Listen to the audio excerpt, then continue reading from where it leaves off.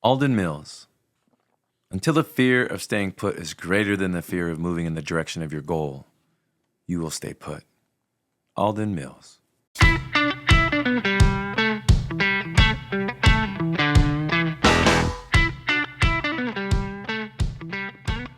Hey everybody, thanks for joining Jessica and Darren Salquist, and welcome to Next Level. Good vibes only. Let's break down the quote. Yeah, let's go through this quote of the fear of staying put, right? Until that fear of staying put is greater than that fear of moving in the direction of your goal, you're going to stay put. And that's when we kind of look to the future with hope, to know that our future is brighter, or is going to be brighter than our current situation. That's how I kind of read that. Yeah. Fear of staying put is greater than the fear of moving in the direction of your choice. Yeah, I mean, absolutely. I mean, you're just going to stay there. We talk a lot about fear. We talk a lot about, how to make decisions, how to have goals and targets. And we talk a lot about willpower, way power, all of these amazing things. So, Darren, why don't you take it away and kind of start off the conversation and maybe give a shout out to our coach, Laurie Mage. Yeah, we had the opportunity to go to a workshop from Laurie Mage, and Laurie Mage is actually my coach that I'm working with. And this was here in Spokane. This is how fortunate that Jessica and I are, that Jessica actually went to school with Laurie and was friends, and that's how I was introduced to Laurie. And through that, we were introduced to Brian Johnson, as Laurie's been a big advocate for Brian Johnson and Heroic. She's actually a level 2 workshop instructor, facilitator. She's a coach, and she has her own private business with coaching, which I get to be a part of. So I feel really fortunate of that. And then that workshop we went to, Unlock Your Inner Strength, a guide to mastering your willpower and self-control. That's right. It was pretty open. I mean, it opened up just as Darren and I, obviously we're really embedded into coaching and Heroic and learning things every day. But I thoroughly enjoyed the fact that I came away from Laurie's workshop with just some more insights and amazingness about self. And I just want to shout out how fortunate that we are. Like Darren said, I went to school with Laurie. I played soccer with Laurie. We were roommates at some point. So very fortunate to have such a powerful and, figure here in Spokane with us. And the fact that this really supports, like, coaches need coaches, right? Coaches are always doing things with growth, and that there's always an opportunity, no matter what, to learn a little more and to be inspired. Yeah, most definitely. And that's how you get inspired, right? Those levels that we all work at, we all think that we're firing at this level of 8, 9, 10, when we're really probably a 4 or maybe a 5, that we're doing pretty average, even though we're working really hard. It's that coach that is able to ask the right questions. It's that coach that's able to kind of present something to you or challenge you in a way that you might not challenge yourself. And that's one thing that I've been finding working with Laurie is the way she presents questions to me, and she's such a good listener. And she'll just come at me, and then she'll just kind of ask me questions about something I just stated. I'm like, I don't know. I don't really have a good answer for that. Like, I haven't put that deep thought into it. And so that's what's awesome about working with somebody else and working with a coach like such as Laurie, that their experience and their knowledge and that their background, where they come from, is able to set you up for success. And that's what I've been really finding worthwhile.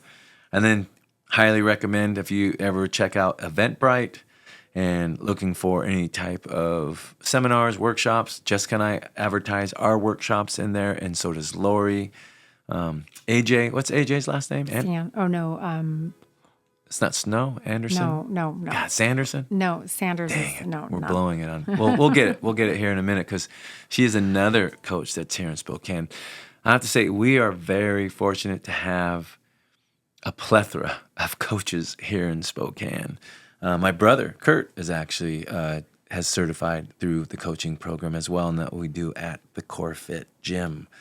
So not only can you come for personal training and nutritional, but you also get that mindset coaching, which we're going to have a new program launching here at Core Fit called Change Your Mind, Change Your Body. Pay attention. Be on the lookout for it. And it is AJ Sanders. So Sanders. You're correct. AJ Yes. Sanders. Sanders. Yeah, pretty fortunate to have all these amazing people. And the accountability. I mean, talk about the accountability of having a coach, too. I mean, that's a huge, even through Heroic and the survey that Brian Johnson did was the biggest feedback that he got. It was people want to be held accountable. Yeah. And we do. I mean, it doesn't always feel great. And sometimes we're like, dang it, I missed the mark. But having somebody to, like you said, ask the right questions, to help you process that information, to keep you accountable, helps you reach those targets that you want. Yeah. And I like to always say that word when we bring in accountable is that also just to hold you capable. That's right. Because we're all capable of doing it. It's just sometimes we just don't hold ourselves to that line. Again, that's when we think that we're working at that level 8 or 9, and we're probably, again, at that lower number, that 4 or 5. And that's what a coach does. They hold you capable because you are capable. We just need a little push. Again, all the top athletes. That was a study that we talked about before. I forgot the American Tennis Association. They did a study with the top 25 professional tennis players.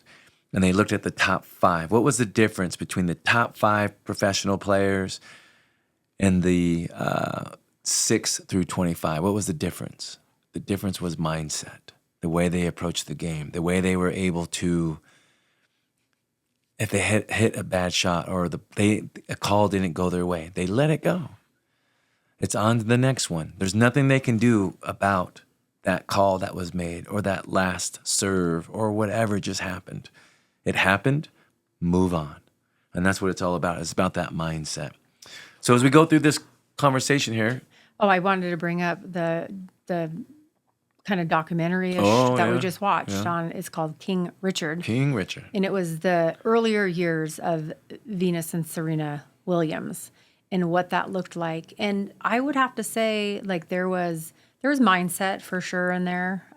There was definitely a target, goals that the father had planned out for years and years, like literally from birth. Like he talked about, we're going to have babies so that we can have these tennis players and that they're going to be successful. Like that was like really part of the whole, like looking at that target. And it was super important to him, right? It was super important. And he absolutely did not let anything get in his way. And he's steadfast and look where they were at. I think it's a good watch. I didn't know the whole story, but it really aligns with a lot of the things that we're talking about in setting goals and targets and mindset, for sure. And it wasn't just about them being the best tennis players in the world. It was really about what his goal was for his children, to raise good human beings. Mm-hmm.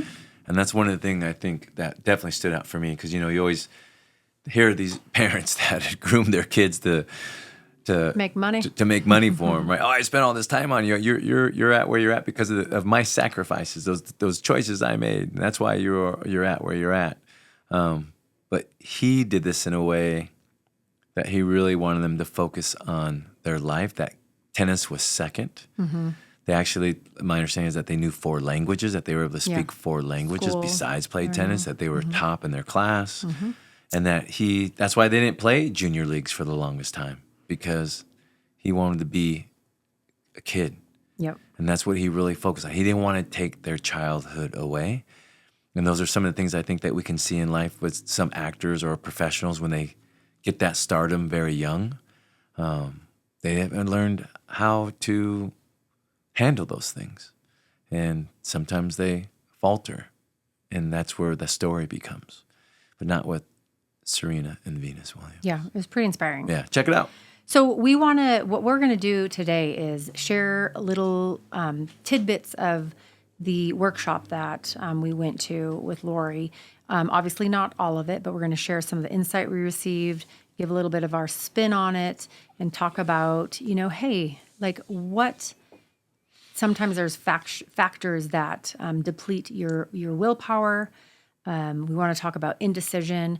And then we're going to focus a little bit on the fact that when we commit and we decide to do something, and we'll share with you kind of one way that you can create that plan for you. Yeah. And some of the stuff in here that we kind of talked about, these little tidbits that Laurie shared with us, is Thinking about willpower and the number one reason people give for not being successful at their accomplishing their goals is willpower. But we're going to talk about that in a little bit of a way that it's not 100% the willpower, right? We talked about the systems that we just got done with our conversation on goals. And then also being able to resist that short-term temptation. And that's where we can kind of set up some of that willpower and going through that process. So as we go through this, we're going to start with factors that deplete your willpower, or where did you want to start? Yeah, I think I'll just share that when David Goggins and Andrew Huberman got together, they talked about willpower as a muscle. Yeah. And that the more that you build doing the hard things that you don't really want to do, basically your anterior mid-cingulate cortex gets bigger. Very good. I know, I said it right. I'm so excited. I like it. You don't even know how hard I won't ask you to say it again. You nailed it. I appreciate it. So I'm going to call it the AMC. AMC. Yeah. Gets bigger. You can actually grow it, and they call it your willpower muscle. And when you're not doing hard things, it shrinks up. So they're saying like athletes and, have a larger AMC, and then people that may be more obese have a smaller, more shriveled AMC. So I think that kind of is an interesting fact. You can totally check out David Goggins and Andrew Huberman. Highly recommend it. On that discussion on willpower, you can definitely Google that, go to their podcast, check it out. But I think that is a great segue of Darren talking a little bit about factors that deplete willpower. And I think that was a good start. Yeah. And so sometimes those things that that get in the way is not knowing what we want. Yeah. That you're not 100% committed. And so therefore, trying to show up with this willpower to go towards something that maybe you're not really committed to. You're interested in it. It's a thought. It's something like, I definitely want to do this because I know it's going to bring benefit to my life and all this other stuff. But you haven't created a plan. You haven't you didn't do the work to set yourself up. And if you're only relying on willpower, again, thinking about nutrition, you're not going to be very successful because willpower is not forever. No, and Right. you want to work on your offense, Yeah. not your defense. Not your Defense defense. is much more difficult to withstand for long, long periods of time. But if you've got offense, then that's autopilot, Yeah. right? Yeah. Awesome. And then think What else? about where you're at, that maybe you're not 100% invested in this goal or your dreams, these things that you're thinking about. Again, I'm going to come back to nutrition, as I know in the new year that a lot of people have goals of decreasing their weight. I mean, definitely here in America, there's definitely that ability where because of the foods and everything that's out there that we make these choices, that we increase our weight. And most of the time I talk to people at the gym. They come to the gym because they want to decrease their weight. I've gained 20, 30 pounds, and now I want to decrease that. Okay, how? It's not necessarily coming into movement because you can't outwork a bad diet. It's really making those decisions around those foods that we're making those choices at when we're at the store. And that's where we use our willpower. That's where we're talking about playing offense and not defense. Is using your willpower wisely at the store.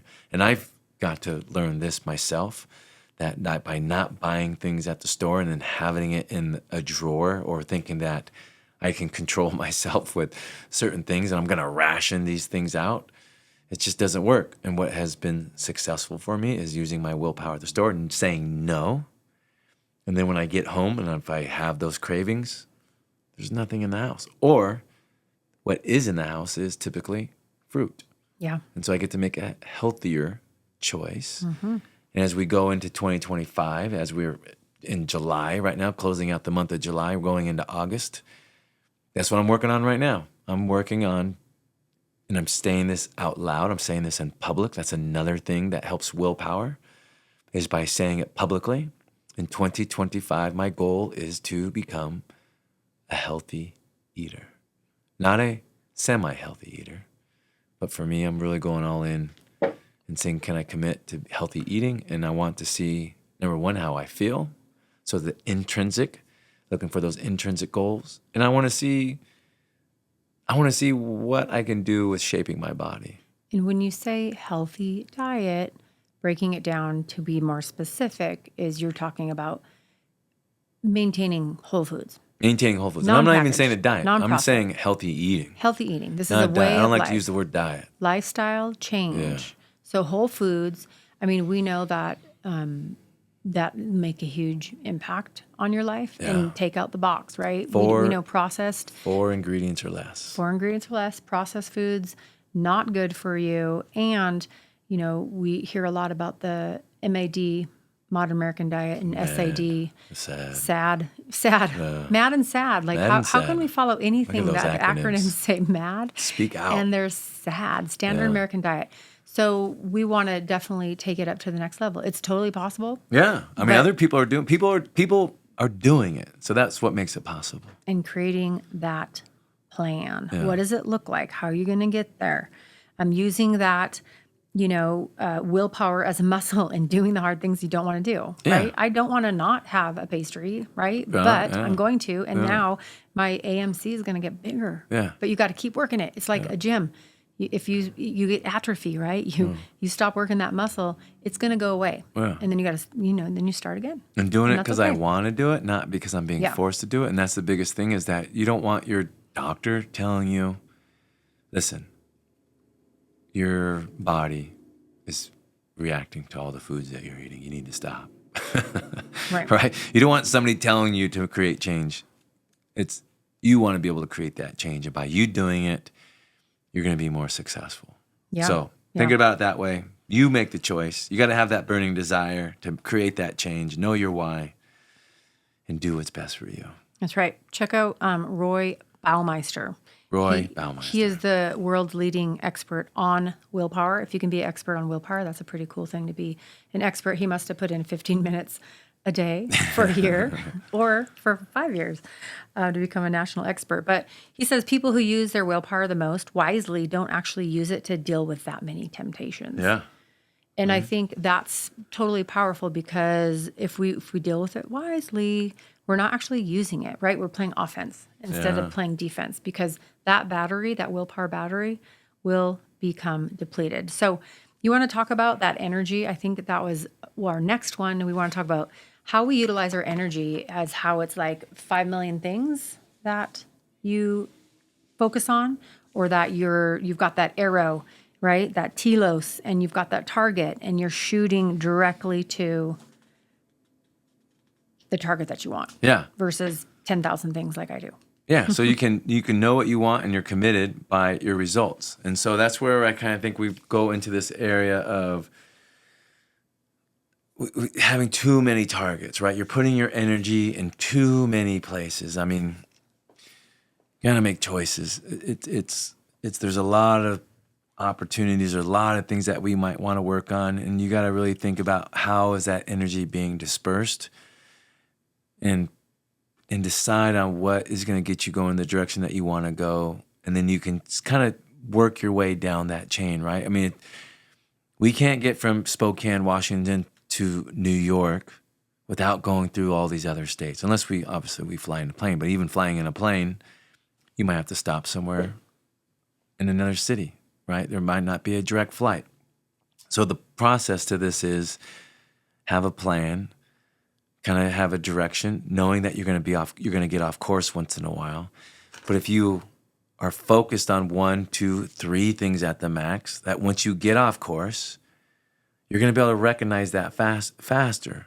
We've talked about speed as being as a force. Speed is a force. Thinking about yourself walking on a tightrope, and you got that tightrope walker that's constantly losing their balance. But every time they lose their balance, what are they doing? They're regaining their balance. And the only way they're able to do that, because they're only focused on one thing, they're focused on not falling. They're focused on keeping that balance and taking one step at a time, these small incremental steps. And so they're applying all that energy in this one area.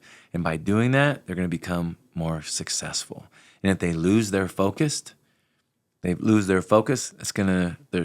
more than likely they're not going to complete that tightrope. And That might be the last time we see that tightrope Well, walker. they'll have a something cush underneath.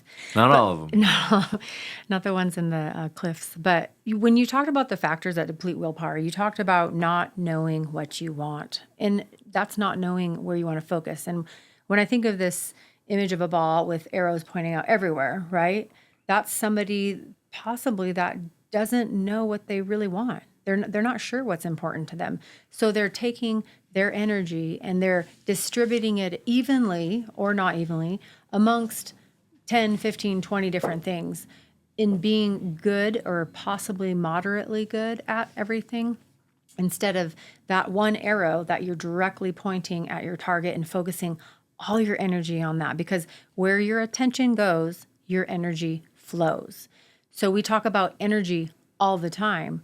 And if we don't have energy, then we can't show up for our work and our love. So if we don't have energy to focus on what's important to us, it's being distributed out there to many things. Your energy is flowing out to areas that we talk about, things that aren't even really that important to you. And I think that is a really great inventory to do is write down the things that you're currently doing and be able to prioritize them. And maybe those 10 things that you're currently doing right now that you think are goals for you, maybe the bottom 3 are really not that important to you. And you get to choose to say no to those so that then, therefore, you can say yes to the things that are most important to you. So what I'm hearing you say is quality over quantity, Absolutely. right? Absolutely. And so by using that willpower more wisely, it's not about doing more. It's actually about doing less. And this is, again, what you just talked about, Roy Baumeister is, oh, no, I just lost what I was going to say. Playing offense with your willpower, right? Making a decision, knowing that you're going to stick to that decision. So you make that decision less. The more times that you have to make decisions, you're burning up that willpower. Every time you're making that decision, am I going to eat this or not eat this? Am I going to go to the gym? Am I not going to go to the gym? Am I going to read this book? Am I not going to read this book? Am I going to put work into this thing I'm working on right now or not put work into it? We're making decisions. Make a decision and go with it. Make a decision on quality things and not quantity, those things that are going to bring you value. And when those things become running on autopilot, or if we don't even want to say super autopilot, that they're already there running, then you're using your willpower more wisely. When I go to the store now, first thing I go to, I start looking at fruit. What fruit is in season? What prices, like peaches and nectarines? Man, I love this time of year. Strawberries, peaches, cantaloupe, blackberries. All the fruits. These are fruits that I really love and enjoy, and I love going up to the Harvest House up to Green Bluff. And again, anybody in Green Bluff want to sponsor Next Level Podcast, go ahead, let us know, reach out to us. But this is the direction we're going. Going up there and buying fresh fruit, watermelon, just that tasty when it's cold, it's refreshing. Going in that direction, that's where I'm going for. Before, when I used to go to the store, pastries. I'd go over to the donut aisle. I'd go look at, was there any chocolate iced donuts over there, any maple bars, all these things that I would go for with my mind, creating that sugary craving. And now it's like, I stay away from there. It's not really, it's not that I don't make a trip by it. I definitely look. But it gets to the point now where it's like, that's not me any longer. And that's taken time. Okay. It didn't happen overnight. It's taken time for me to get to that, this position that I'm in right now, where I can't tell you the last time I've had a donut. But that's where I'm at right now. That's where I'm moving. That's the direction I'm going. So I'm hearing you say you have made a decision and you have made a commitment. And that's a great segue to our next section. You talked about quality, and I was thinking superpower autopilot, because you said super autopilot, and I'm like, superpower autopilot. How amazing, not having to put much effort into it. It's just there. It's just part of your life. So that making a decision, huge point, and making that commitment, a huge point. We're going to talk about what that actually looks like and how you can, again, have tools in your belt, your tool belt, to help you make a decision and a commitment. And if you're, again, reflecting back on what's important to you, if you could do that one thing in your life right now, what would it be? It doesn't even need to, like Laurie said, it doesn't even need to make sense to you. Just write it down, put it on paper, and then work from there. Put that audacious, awesome thing that you want to do right now, makes no sense, write it down, and then start asking yourself more questions, right? What, like looking at 6 months, looking at 12 months, how is it going to actually impact you? Write down what that one thing you want to do in your life right now will actually impact your life. And how are you going to show up with it? What experience are you going to have? And number these things out, and then take those things that you write down and circle your top 1, 2, or 3. Because what you're always doing, and what we always talk about, is giving yourself the funnel to really understand what's most important to you in this moment in time, in the presence of this moment. What is most important to you, and how are you actually going to get there? And then imagine, do some visualization. Imagine what this is going to look like in your life, how it's going to impact you, how it's going to impact your relationships. What if you don't do this, right? If this is super, super important to you, what if you don't do it? Yeah. What might your life look like? What will your life look like? How is it going to improve your life? And if you don't do it, how is it going to look in your life? Write these things down. Because I tell you, with this workshop that we did with Laurie, is, you can consume knowledge all day long.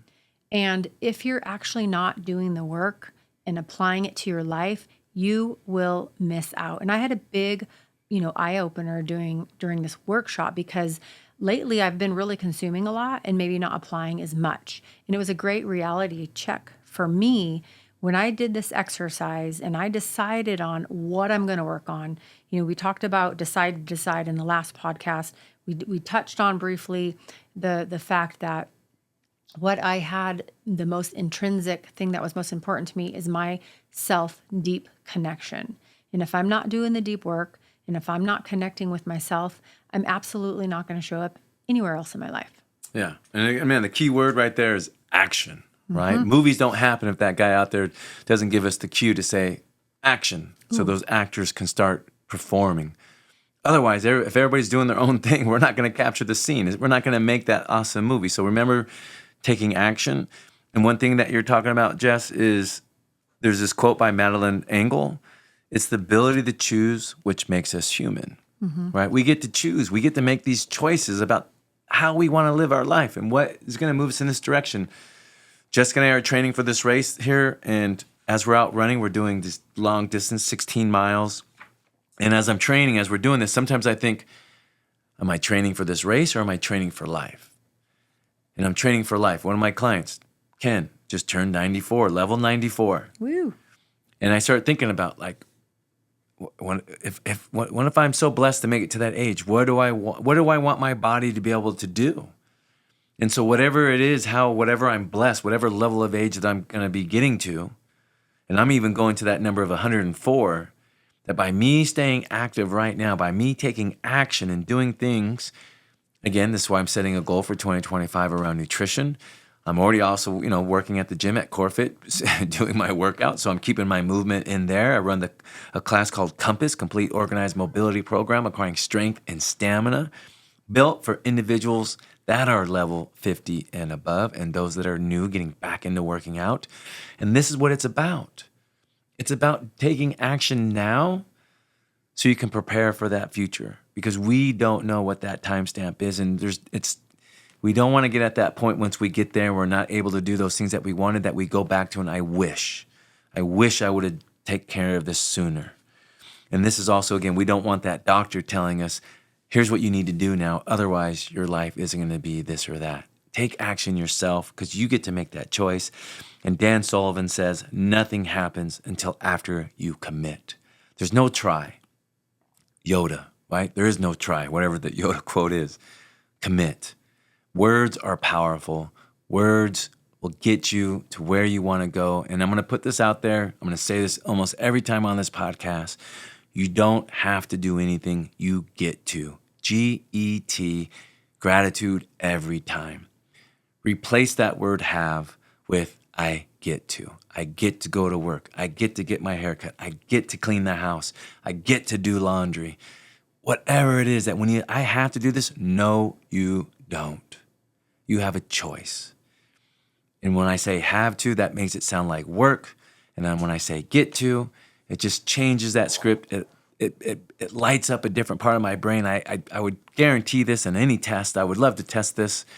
And using that word get, when it stands for gratitude every time on what I get to do. I love it. Yeah. So part of this, that we get to do is we get to share with you kind of a process of something. If you're interested in it, write it down and develop this process with you. So once you've decided what's your wildly important goal, what's most important to you, what in the heck are you going to do about it? We talked about action. We talked about commitment.